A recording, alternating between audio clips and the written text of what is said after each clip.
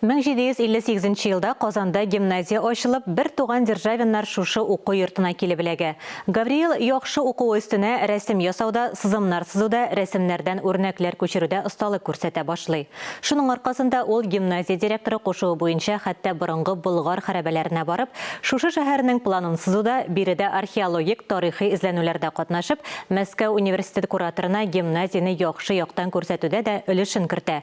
Шушы көннәрдә Татарстанда бөек шагыйрь, дәүләт эшлеклесе Гавриил Державин исемендәге Бөтен Россия шигърият фестивале булды.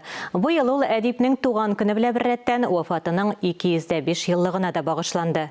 Державин шигърият фестивале чаралары Лоиш районында узды. 2021 елда әдәбият өлкәсендә Гавриил Державин исемендәге премия лауреаты исемен язучы Иванова Ольга Ефимовна 3 романнан торган Нур-Солтан, Гәүһәршат, Сөембикә трилогиясе өчен лаек булды. Бөек шагыйрь Гавриил Романович Державин татар морзасы Бәхрим Ибраһим аныга булган. Аның чыгышы ике милләтнең якынлыгын, тарихыбызның уртаклыгын күрсәтә. Державин исемендәге фестиваль шагыйрьнең халыкларны берләштерүче күпер булуын дәлилли. Ел сайын без монда Лаишта июль айында Гавриил Романович Державинның туган көнен бәйрәм итәбез. Шуңа күрә быел аның 278 ел. Һәм минемчә безнең тарихыбызда, безнең илебезнең тарихыбызда Гавриил Романович Державин аның өлеше бик зур.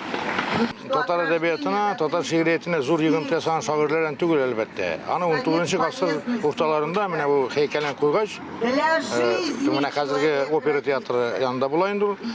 Аны татарлар бик якын итеп Бакыр бабай дип атаганнар ул һәйкәлне. Һәм бакчаны әлбәттә Бакыр бабай бакчасы. Һәм анда теге бистәдән килеп ул татарларның иң яраткан теге менә шушы ял итү урынына әверелгән. Безнең өчен Гавриил Романович Державин беренчедән ул безнең якташыбыз.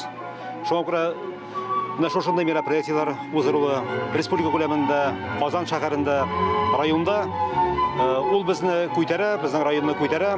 Ул күтәрә Казанны һәм республиканы, чөнки бу шәхес, ул зур шәхес тарихта, бик зур изен калдырган шәхес.